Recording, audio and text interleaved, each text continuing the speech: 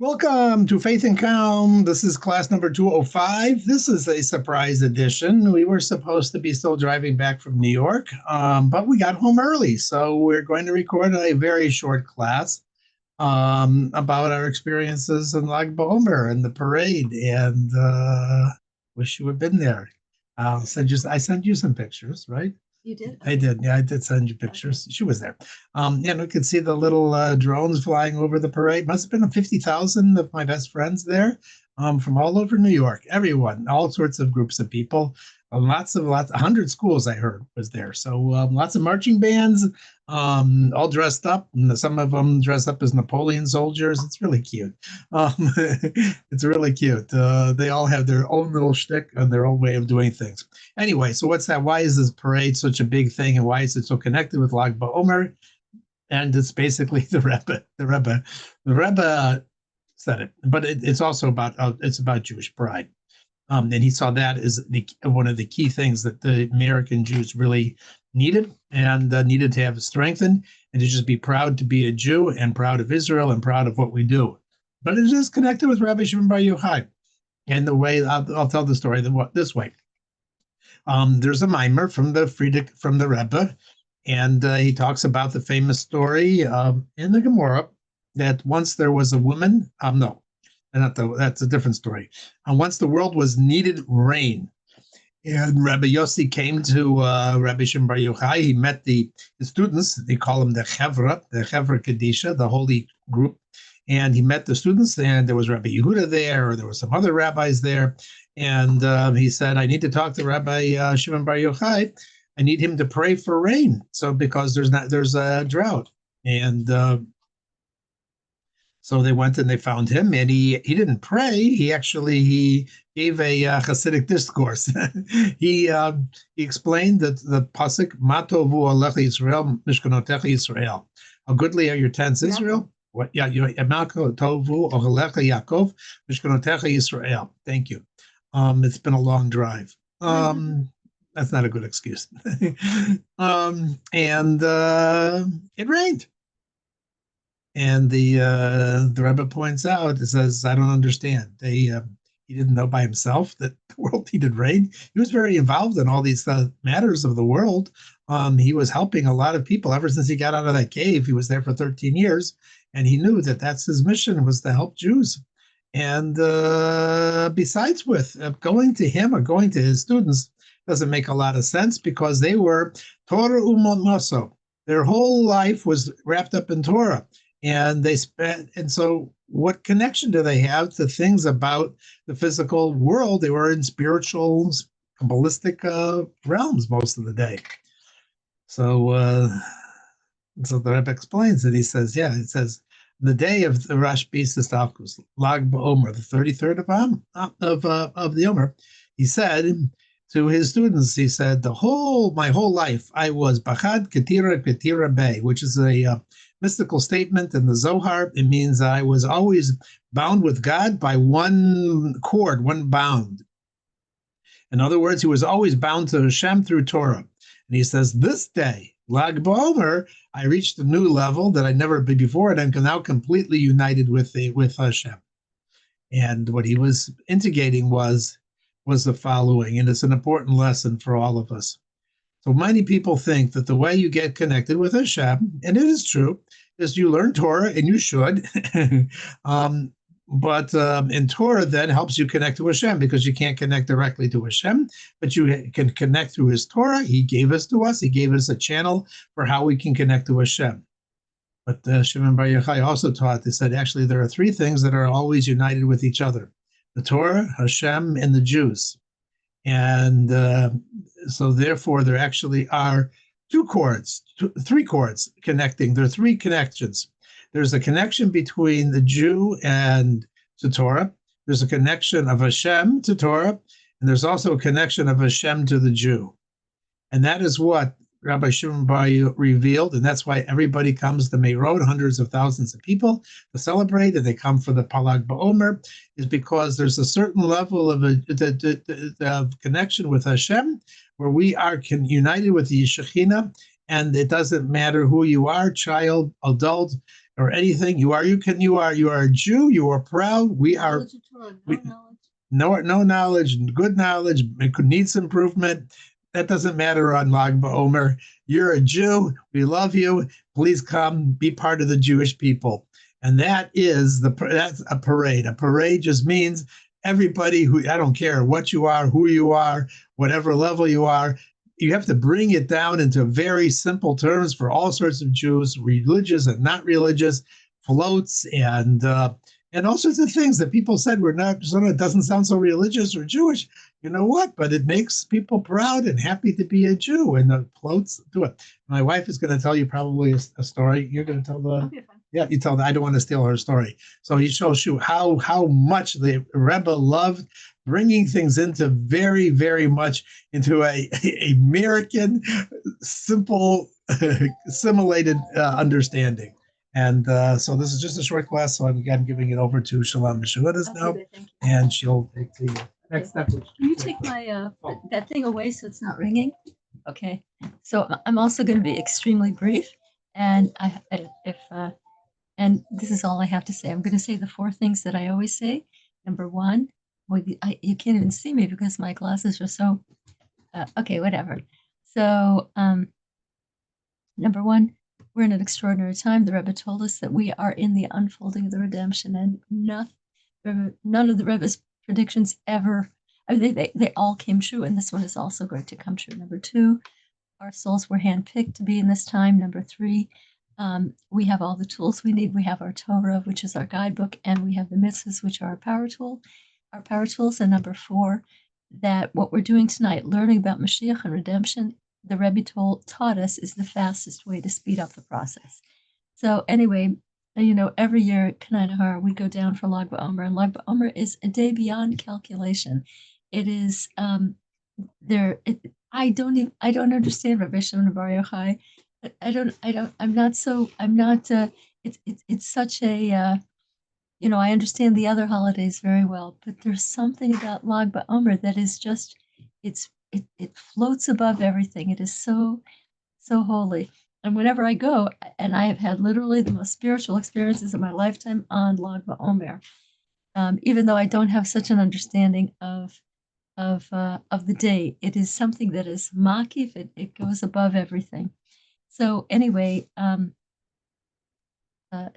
I've told my stories before about Lag BaOmer, my own Lag BaOmer, so I won't tell it this time. But I will say that that we learned about how precious, why do we do a parade on Lag BaOmer? What was the origin of that? And now Chabad does parades all over the world. When we were in Israel once on Lag BaOmer, there were, you could go to any Chabad houses having a parade, and they were having a huge one in Yerushalayim. And why a parade? So this dates back to before the Rebbe became Rebbe. His predecessor, who's called the Frierdiker Rebbe, and that's Yiddish for the previous Rebbe. I wonder what I could do to get rid of that glare. But anyway, the Frierdiker Rebbe wrote. He visited America in 1929 before he moved here in 1940ish, and he said, "You know what America is?" He wrote to his relatives, America's all about showing off. Everybody's showing off what they're doing. And it's true. If you think about it, even today, you made a good dinner, you got to put it on Facebook. It's, it's very interesting. So when the Rebbe came, and it must have been the Frierdiker Rebbe and the Rebbe together, they hatched this thing. If you're proud about everything, let's show our Jewish pride. Let's do it. They're proud about the dinner they make. Let's show what it is to be a Jew. Let's show everybody. Let's get the message out there as much as possible. So back then there were, I don't know how, there were hundreds of thousands of Jewish kids in public school in New York City back in the 50s and the 60s and the 70s before the inner cities were, before the Jews left the inner cities and started moving to the suburbs. And so the Rebbe, so the Rebbe organize these parades, and the high school kids and the post high school kids would make the most magnificent floats. They still do. They still do. They're just magnificent, and they would spend enormous. A mother of one girl who was working on them said her teenager, they spent until 3 in the morning on the float. They came home, went to sleep, got up to go to school, spent until 3 in the morning after school until 3 in the morning on the float. They did this for days. And somehow they're kids, they managed. And they produced unbelievable things. So there was a rabbi in the early years, I think his name was Menachem Gringlass, and he wrote a letter to the Rebbe saying, this is not good. The yeshiva guys are missing their Seder. Seder is the order of learning. They're missing some of their sessions of learning. It's not good. And the Rebbe got the letter. Somehow they delivered the letter to the Rebbe, and the Rebbe read it as he was walking through the hallway, went like this, and threw it in the garbage, and walked into his personal office. Now, the Rebbe didn't do things like that because the Rebbe kept all his mail very, very private, personal. So the Bachrim, the yeshiva boys, knew that's fair game. The Rebbe read something, ripped it up, and threw it in the garbage. We're going to go see. And they dove into the garbage and they pulled it out, and they realized it's a letter from it's from the esteemed Rabbi Menachem Gringlass, and the Rebbe didn't like it. The Rebbe didn't like that he complained that the kids were using so much of their time to make these floats, and then it became public knowledge. The Rebbe says, this is okay. This is such an important thing. It's okay. This parade is huge. And so then Rabbi Gringlass heard, and Rabbi Gringlass said, I want to paint. Give me something to do. And they let him paint between, he sat on the floor and he painted between the lines to make some of the things for the floats. And what did they make? They made a gigantic Daffy Duck. No, Donald Duck, a gigantic Donald Duck wearing tefillin. And they made Daffy Duck, another float with Daffy Duck, his wife, lighting Shabbos candles, and all sorts of wild things. And they even had Casper the Ghost, because this is the language of kids back then. That was the language, and the Rebbe wanted to speak their language. They had to think of Casper, but one of the rabbis said, no, he's not wearing anything. And they said, he's a ghost. He doesn't need to wear anything. And they said, you better. And so what did they do? They drew lines on him like he's wearing a shirt. So anyway, for those who remember who Casper the Ghost was. And the Rebbe would go out into the parade, he would throw kisses to all the kids. And those kids, it was remarkable for them, because back then you did not let anybody know you were Jewish. Everything was so undercover. People certainly didn't wear their tzitzis out. People, if they had a yarmulke, they covered it with a hat. They not for religious purposes, but for hiding purposes. And when these kids at that young age walk through the street, because the school children were invited to walk, and they were invited to see the floats and everything. When they walked through the streets, they got the message, hey, I am parading that I am a Jew. It's okay to it's good to be a Jew. It's something you can be proud of. And till this day, it has the same effect on people.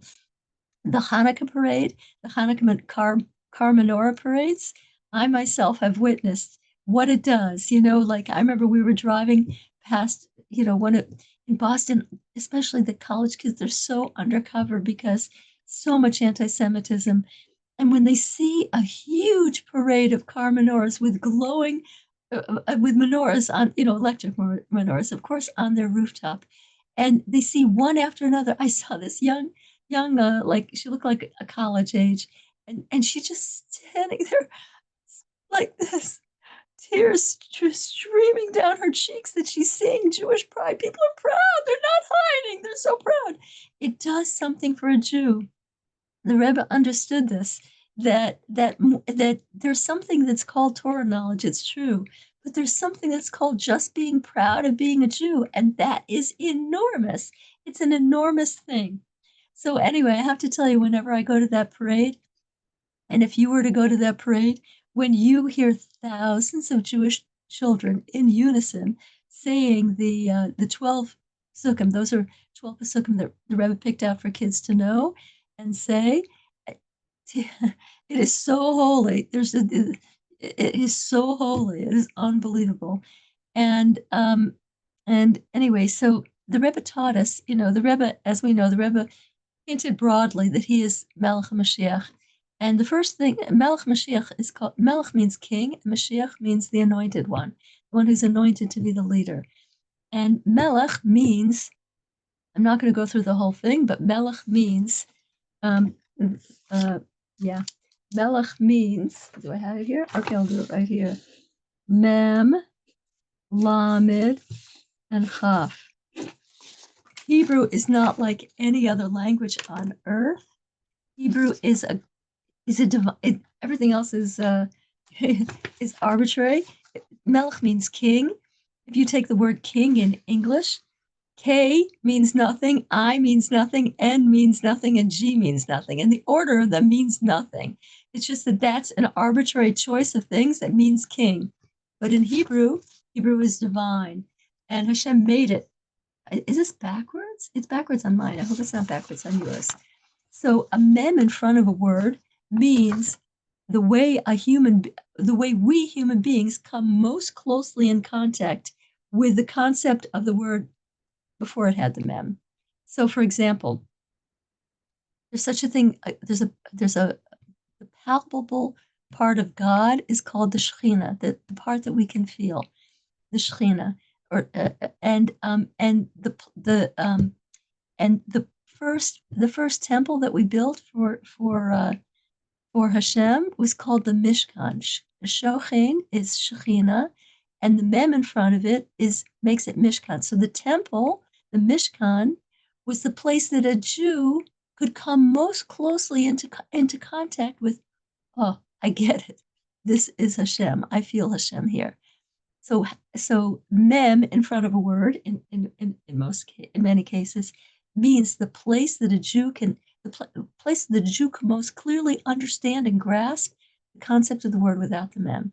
So melech is mem in front of the word lech. Lech means go. So in shorthand, how does a Jew know how to go? They look at the melech. The melech, I get it. When you see the melech, you know, oh, that's how I have to go. I'm not going to go into the rest of that. I could even take the lech apart, but it's not for tonight. And so the Rebbe taught us we have to get the word out there. We have to get the word out there that it's good to be a Jew, and that there's a Rebbe in the world, there's a Mashiach in the world. And how do we do it? In the most user-friendly way possible that's still kosher. So at this convention I went to, there were some young women, 3 young women, 2 twins who are 20 years old, I think, something like 21, and then their older sister who's 22. And they have an Instagram, less than a minute. They have a little thing from the Rebbe's Sichos, and it's marvelous. It's a marvelous thing that they do. They explain a concept that the Rebbe brings down, and they explain it in less than 60 seconds with visuals, and it's awesome. And another person in the group has billboards informing the people of what in various places, informing whoever drives by and looks at it of what the Rebbe said, that Mashiach is ready in the world. So anyway, I'm going to wish everybody a marvelous post marvelous post Lag BaOmer, and today was the 34th of the Omer, and tonight will be the 35th. And may we look forward to seeing you all next week. Thank you so much. Okay, and good night, everybody.